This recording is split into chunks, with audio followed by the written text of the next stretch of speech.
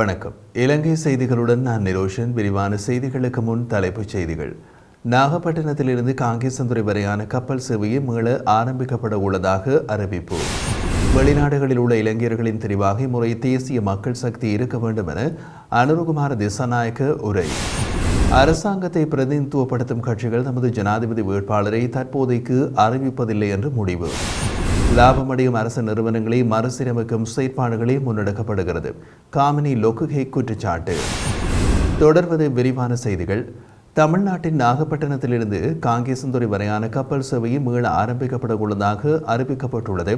எதிர்வரும் மே மாதம் 13ஆம் தேதி குறித்த கப்பல் சேவை மீள ஆரம்பிக்கப்பட உள்ளது.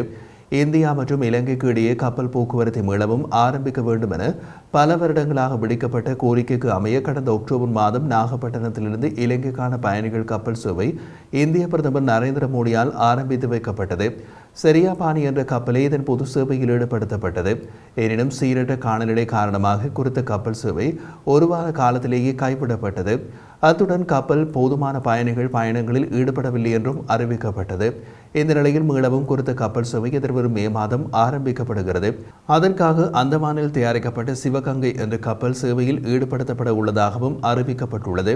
150 பயணிகள் பயணிப்பதற்கான வசதிகளை கொண்ட குறித்த கப்பலில் பயணிப்பதற்கு இருவழி கட்டணமாக 34,200 ரூபாய் அறவிடப்படுகிறது. அத்துடன் கப்பலில் பயணிக்கும் பயணி ஒருவர் 60 கிலோகிராம் எடையுடைய பொருட்களை எடுத்து செல்வதற்கு சந்தர்ப்பம் வழங்கப்பட உள்ளது.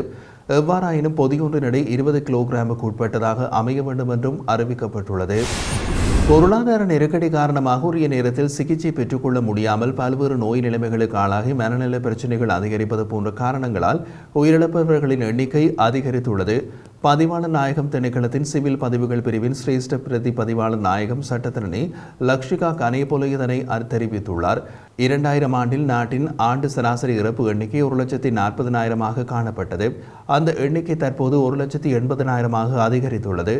நாட்டில் நிலவும் பொருளாதார நிலைமை காரணமாக பிறப்பு எண்ணிக்கை வீழ்ச்சியடைந்துள்ளதாகவும் அவர் குறிப்பிட்டுள்ளார். 2020ஆம் ஆண்டளவில் நாட்டின் பிறப்பு எண்ணிக்கை சுமார் 3,25,000 காணப்பட்டது. இந்த நிலையில் அந்த தொகை தற்போது 2,80,000 வரை வீழ்ச்சியடைந்துள்ளது.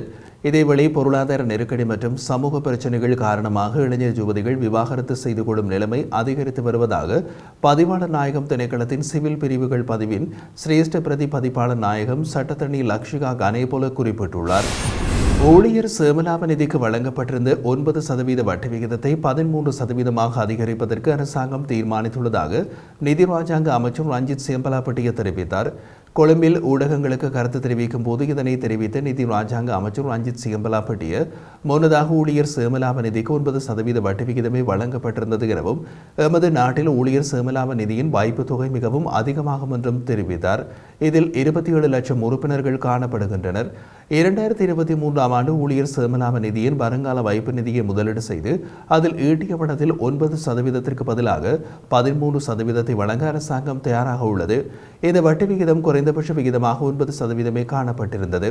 அதனால் இன்று அதனை 13% அதிகரித்திருப்பது அரசாங்கத்திற்கு கிடைத்த வெற்றியாகும். அந்த நிதியின் முதலீடு உறுப்பினர்களுக்கு வழங்கப்படுவதாகவும் அவர் தெரிவித்தார். பெரிய வெங்காய இறக்குமதியாளர்கள் பாகிஸ்தானிலிருந்து மீண்டும் பெரிய வெங்காயத்தை இறக்குமதி செய்வதற்கு நடவடிக்கை எடுத்துள்ளதாக அத்தியாவசிய உணவு உற்பத்தியாளர் மற்றும் மொத்த விற்பனையாளர் சங்கம் தெரிவித்துள்ளது. இதன்படி குறித்த வெங்காய தொகை நாட்டுக்குள் இறக்குமதி செய்யப்பட்டவுடன் எதிர்வரும் 2 வாரங்களுக்குள் அவற்றை சந்தைக்கு விநியோகிக்க நடவடிக்கை எடுப்பதாகவும் அந்த சங்கம் குறிப்பிட்டுள்ளது. தற்போது புறக்கோட்டை பொதுச்சந்தையில் பெரிய வெங்காயத்தின் விலை குறைவடைந்துள்ளதாகவும் தெரிவிக்கப்படுகிறது. இதன்படி அதன் சில்லறை விலை 200 ரூபாவாக பதிவாகியுள்ளது. இதேவேளை கடந்த காலங்களில் இந்தியா மற்றும் பாகிஸ்தானில் பெரிய வெங்காயத்திற்கு கட்டுப்பாடுகள் விதிக்கப்பட்டதன் காரணமாக 1 கிலோகிராம் பெரிய வெங்காயம் 700 ரூபாய் வரை விற்பனை செய்யப்பட்டமை குறிப்பிடத்தக்கது. இனம், மதம், வர்க்கம், கட்சி, சாதி வேறுபாடின்றி 220 லட்சம் மக்களையும் தனது நண்பர்களாகவே தான் பார்க்கின்றேன் என்று எதிர்க்கட்சித் தலைவர் சஜித் பிரேமதாச தெரிவித்தார்.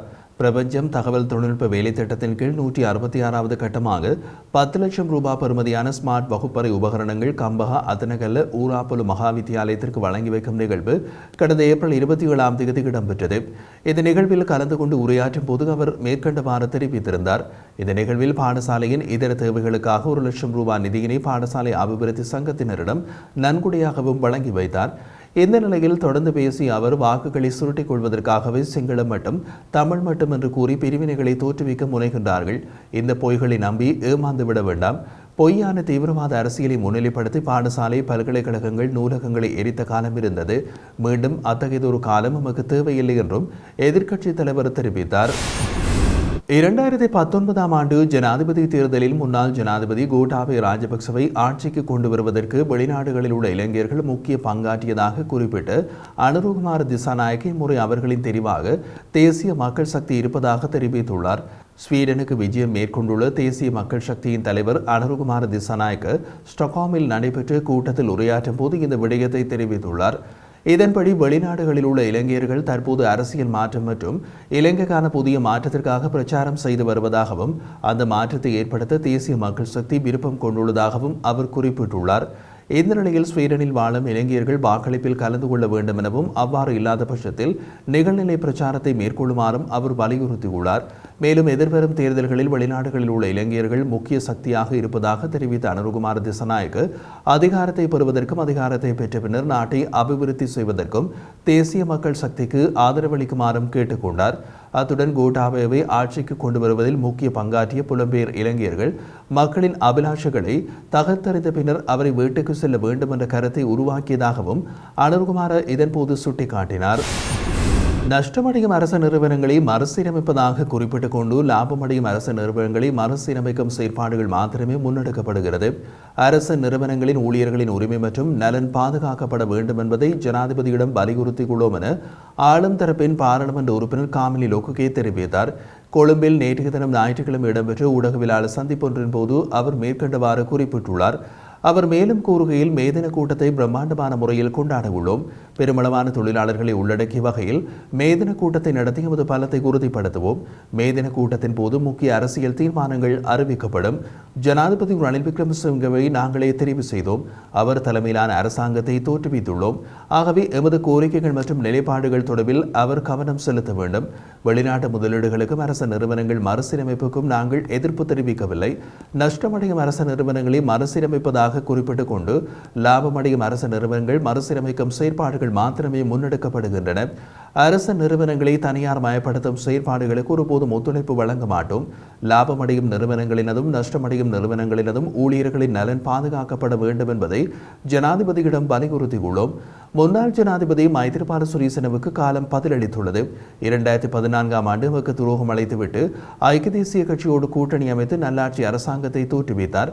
இறுதியில் ஸ்ரீலங்கா பொதுஜன பெரமுனவுடன் ஒன்றிணைந்து 2020 ஆண்டு பொதுத் தேர்தலில் போட்டியிட வேண்டிய நிலைமை ஏற்பட்டது.